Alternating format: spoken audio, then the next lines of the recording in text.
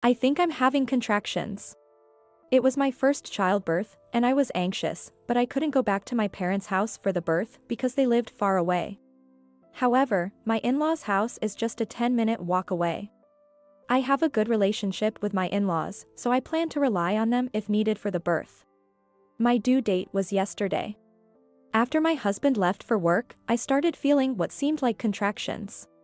I just got to work. It's not like the baby is going to come right away. Call me if anything changes. I was anxious, but my husband seemed indifferent. Looking back, I realize his behavior had been off for a while now. My name is Emily. Since finding out I was pregnant, I quit my job and am now a 32-year-old housewife. My husband, George, is 2 years older and was a senior at my college. We reconnected at a club gathering 3 years ago and hit it off. We were both of the right age to marry, so it happened quickly. I was satisfied to get married in my late 20s. George's job is demanding. He often came home late during my pregnancy and worked on weekends, increasing my anxiety. However, my mother-in-law would sometimes come to check on me, and she was a big help, especially during my morning sickness.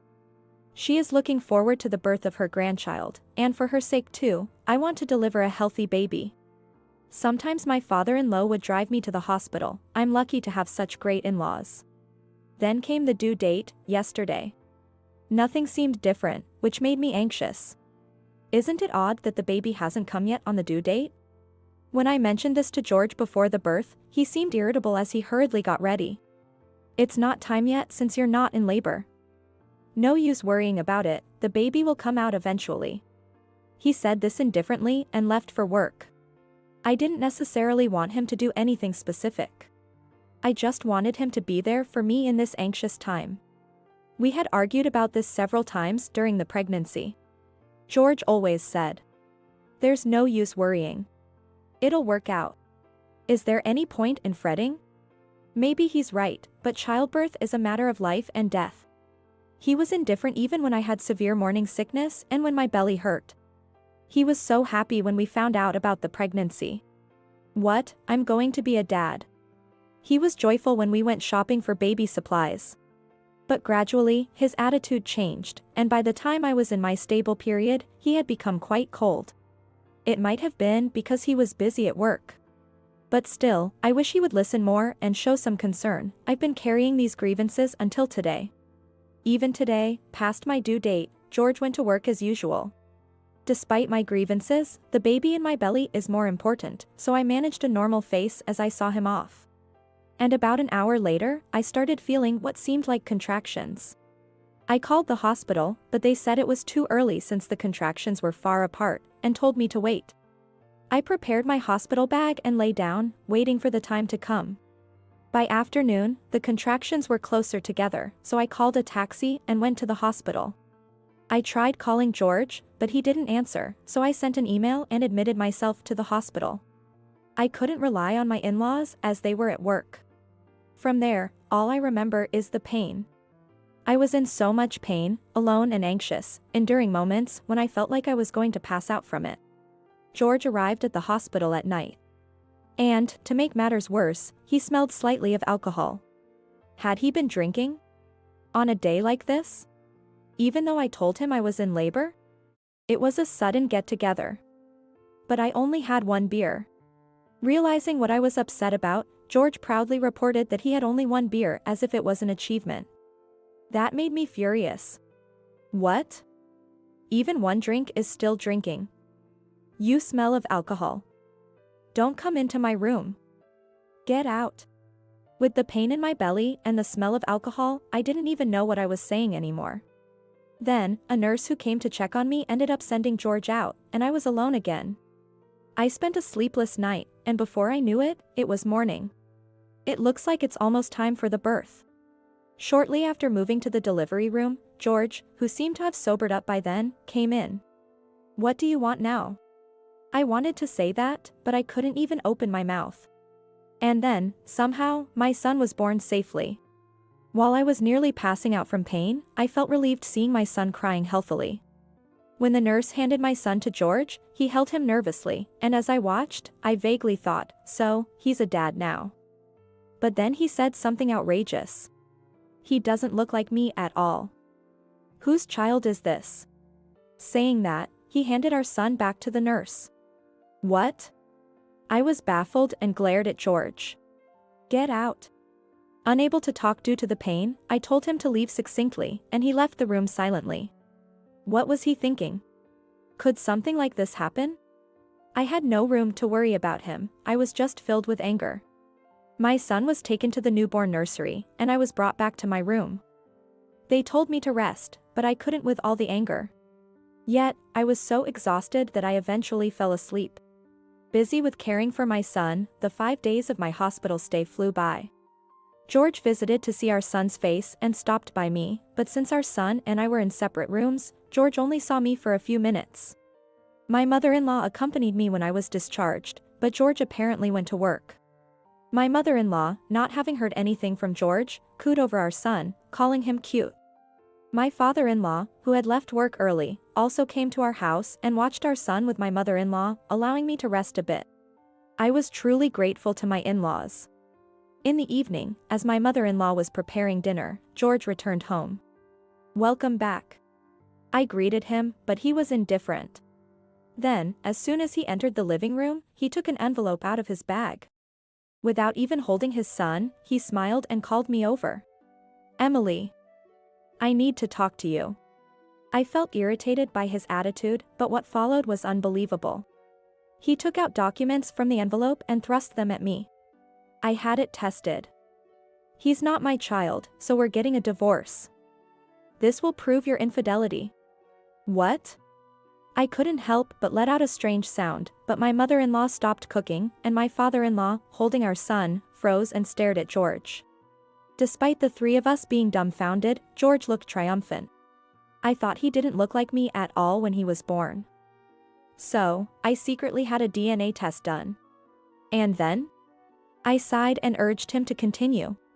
So, look at this. He said that as he showed me the documents, filled with complicated words and numbers, but I read the sentence that caught my eye. Not excluded as the biological father. George snorted with a sense of triumph. Excluded means I'm not the father, right? What? Zero reading comprehension?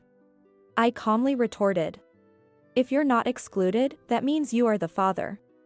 Then, George started to panic. What? No way. I remembered the time of the birth and felt my anger rising again. So, when you said that at that time, you were doubting me for cheating. I clearly remembered when George saw our newly born son and asked, whose child is this? I said that in front of my in-laws. Then, my in-laws got furious. George, what are you saying? How could you say that to Emily, who has been through so much? George started making excuses as he got scolded by his parents. But Emily's workplace is all men, and she often went to drinking parties. There were nights she came home late, so of course, I'd be worried. I began to get irritated as he glanced at me while speaking. Look, I reported every drinking party and even had you pick me up when I was late. And still, you doubted me? But he just laughed as if he was right. Well, you see, on the internet and stuff, you hear about guys raising kids from their wife's affairs. Some colleagues told me to get a DNA test. Ah, I see. It's useless to say anything to this man. What? You believed the internet and strangers' stories more than me? You trusted people you don't even know by name over your own wife? My anger was uncontrollable. I endured morning sickness and a tough delivery because I wanted to give birth to your child. And you were thinking that. My mother-in-law broke down crying, and my father-in-law was furious. Unbelievable. As I angrily knocked the documents out of George's hand, he scrambled to pick them up, dropping his bag and revealing something unexpected. I couldn't believe my eyes. What is this? Inside his bag was a divorce paper. Planning on divorcing me? Then, all his earlier confidence gone, he became flustered. No, it's not that, it's just. With that attitude, any forgiveness I had left quickly disappeared. You even prepared a divorce paper and say you don't intend to divorce? I don't buy that. I snatched the divorce paper and clenched a pen. George tried to stop me, but at that moment, his phone rang. The sound of an email notification. My hand holding the pen stopped. I had a bad feeling. His attitude, his words, when did they start to become strange? It was already odd around the time spring turned to summer. What is this premonition? Impulsively, I grabbed George's phone. I restrained him, who was frantically trying to take it back, and opened the screen. There, something unbelievable was displayed. I read it out loud. Have you signed the divorce papers yet? It wasn't your kid anyway, right? Let's sue your wife for alimony and go on a big trip. What is this? My bad premonition had come true. I thought it was strange. You suddenly started accusing me of cheating, and I wondered where that idea came from. Was it because you were having an affair? That's it, isn't it? That's why you thought I was cheating too? George's face turned pale. Who is this girl? Is she that new employee? You probably became her supervisor this spring and got close to her, right? Now it makes sense why you started acting weird. You were cheating with her, staying out late, and probably going on dates under the guise of working on weekends, right? I spoke my thoughts calmly. Seeing George not responding, I guessed I was not far off the mark. My father-in-law got furious upon hearing this. Is this true, George? As George averted his gaze, my father-in-law's fist hit his cheek. My father-in-law then apologized me. Emily, I'm so sorry for what this foolish son of mine has done. George was interrogated. You should be the one apologizing. Tell us the whole truth. George's affair was close to what I had guessed. It was with a younger woman who had transferred from another branch, whom he was mentoring, and it had developed into an affair. Moreover, she was also married but didn't have children. Disgusted, I quickly wrote the divorce papers. I handed them back to George. Write it quickly. Emily, I'm sorry, please reconsider. I mean it. All I could do was look at pitifully apologizing George with cold eyes. No way. I don't need someone who can't be by my side during the hardest times. I don't even want to see your face. You thought our son wasn't yours, so you don't need to see him ever again. But of course, I'll take child support. George, prompted by my father-in-law, signed the divorce papers. My father-in-law oversaw the discussions about alimony and child support. In the midst of this, my mother-in-law, who had taken my son somewhere, returned. Silently, she handed something to George. Confused, he took it and opened it to find an old album. Inside, there was a baby who looked just like our son. You can see he's your child, he looks so much like you at that age. My mother-in-law said coldly. The pictures of George as a baby were identical to our son. Seeing this, George was shocked. But he didn't look anything like me. Even as he started making excuses, I lost my patience. It would be creepy if a newborn looked exactly like an adult you. Couldn't you understand that? Seeing that photo, it's clear he's your child. It's not that, I believed from the start. Everyone else said so. Liar. If you believed, you wouldn't have done a DNA test. Stop blaming others and take responsibility for your actions. You neglected your pregnant wife and had an affair. That's a fact. It doesn't change. And then, influenced by your mistress, you doubted your wife and even did a DNA test on your born son. Is there any sincerity in any of these actions? None, right? When I was suffering, you were cheating. I can't forgive someone like that. George kept apologizing, but of course, I didn't forgive him. We got divorced. George's affair spread through his workplace, making it difficult for him to work and leading to repeated mistakes. As a result, he was transferred to another state. I thought about returning to my parents' home, but since long-distance travel isn't good postpartum, I'm staying at my ex-in-law's house, where George no longer lives. My son is growing up well. George was severely reprimanded by his parents, used his savings for alimony, and is under his father's supervision, paying monthly. Of course, I also sued his mistress for alimony. Due to that, her husband found out about her affair and divorced her. She now works at a nightclub. George was a foolish husband, but I'm fortunate to have ex-in-laws who are here to see my son grow up. I'm very satisfied.